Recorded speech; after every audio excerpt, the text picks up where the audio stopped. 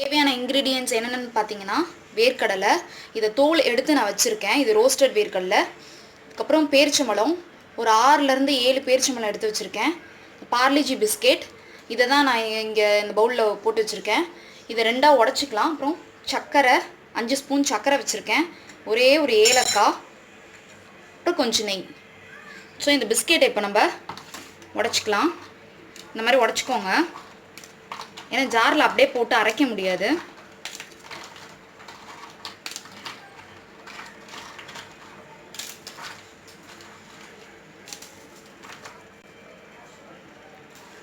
So இந்த மாதிரி உடச்சாச்சு. இப்போ ஒரு ஜார் எடுத்து இதை அரைச்சிக்கலாம். ஃபஸ்ட்டு நான் வந்து இந்த பிஸ்கெட்டை வந்து அரைச்சிக்கிறேன்.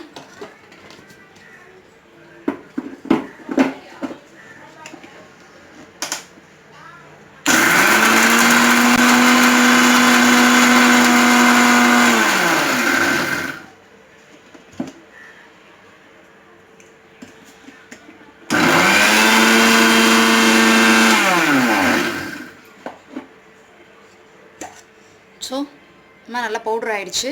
இது ஒரு பவுலில் கொட்டிக்கலாம்.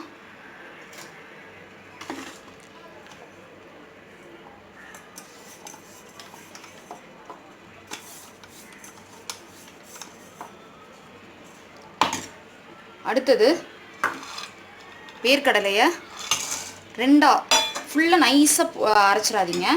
2ஆக உடைய மாதிரி மட்டும் கொஞ்சம் குறகுறப்பாக அரைச்சிக்கோங்க.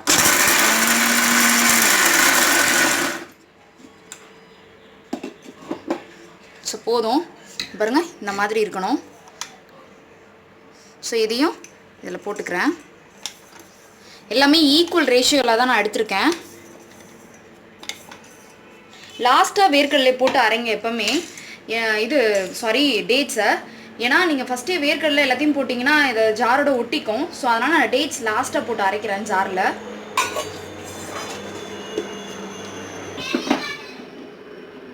ஸோ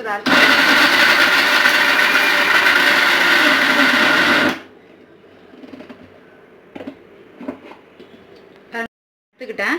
ஸோ இதையும் வந்து நம்ம இதோட சேர்த்துக்கலாம்.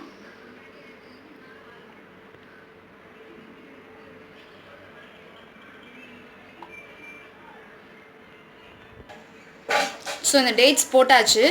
போட்ட பிறகு இதை நல்லா மிக்ஸ் பண்ணிக்கோங்க.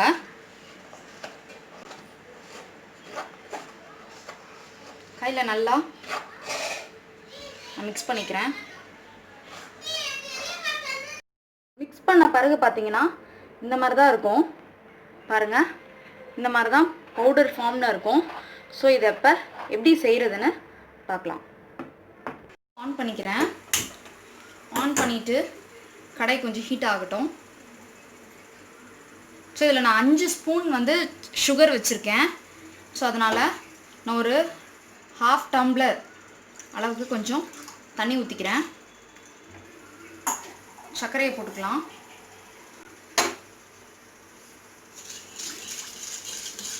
கொஞ்சம் சர்க்கரை கரைகிற வரையும் ஸ்பீடில் வச்சுக்கோங்க. சர்க்கரை கரைஞ்ச பிறகு நம்ம இந்த பாகு வரத்துக்காக நம்ம சிம்மில் வச்சுக்கலாம்.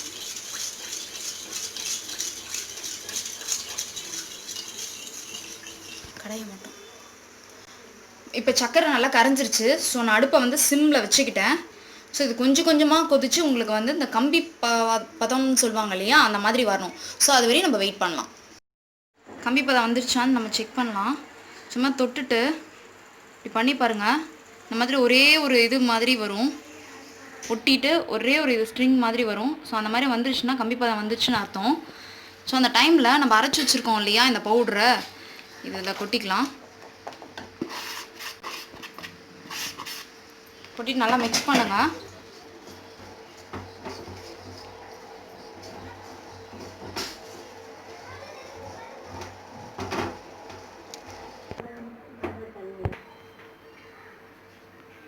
மிக்ஸ் பண்ணி இந்த மாதிரி மிக்ஸ் பண்ணோடனே இப்படி இருக்கும்.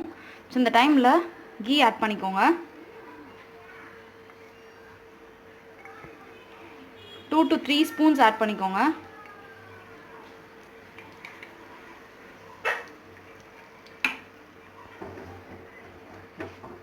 நல்லா மிக்ஸ் பண்ணிக்கோங்க மறுபடியும்.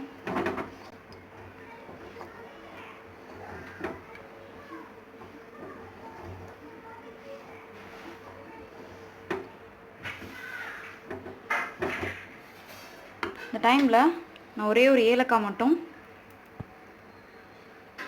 போட்டுக்கிறேன். இப்போ ஏலக்காய் போட்டாச்சு, மிக்ஸ் பண்ணிக்கலாம்.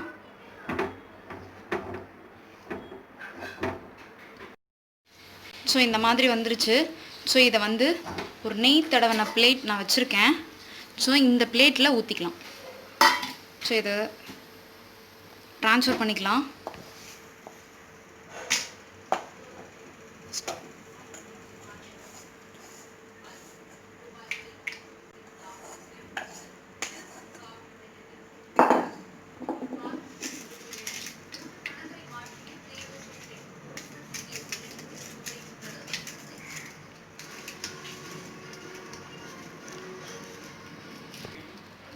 இந்த மாதிரி இதை நல்லா பிளேட்டில் அழுத்தி விட்டுக்கோங்க.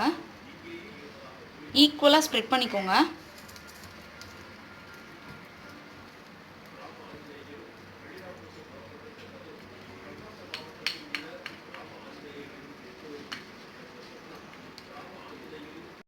சப்போஸ் உங்களுக்கு இந்த மாதிரி பண்ணும்போது ஒட்டுதுன்னா அந்த ஸ்பூனில் லைட்டாக நெய் தடவிக்கோங்க. ஸோ தடவிட்டு இந்த மாதிரி நீங்கள் டேப் பண்ணும்போது உங்களுக்கு கரெக்டாக வரும்.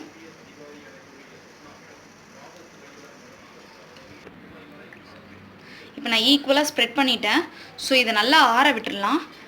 1/2 அன் ஹவர் கழித்து இதை கட் பண்ணி நான் எப்படி இருக்குன்றதை காமிக்கிறேன். ஆயிடுச்சு. இதை நம்ம கட் பண்ணிக்கலாம்.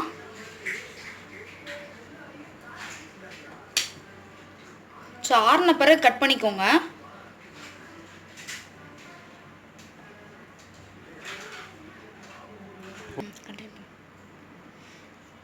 கட் பண்ணியாச்சு. ஸோ இதை இந்த மாதிரி ஒரு பிளேட்டில் எடுத்து வச்சுக்கலாம்.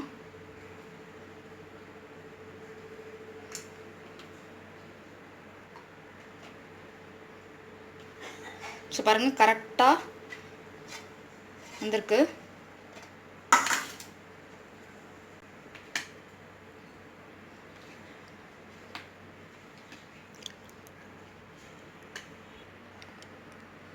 ஸோ டேட்ஸ் பர்ஃபி ரெடி ஆகிடுச்சு.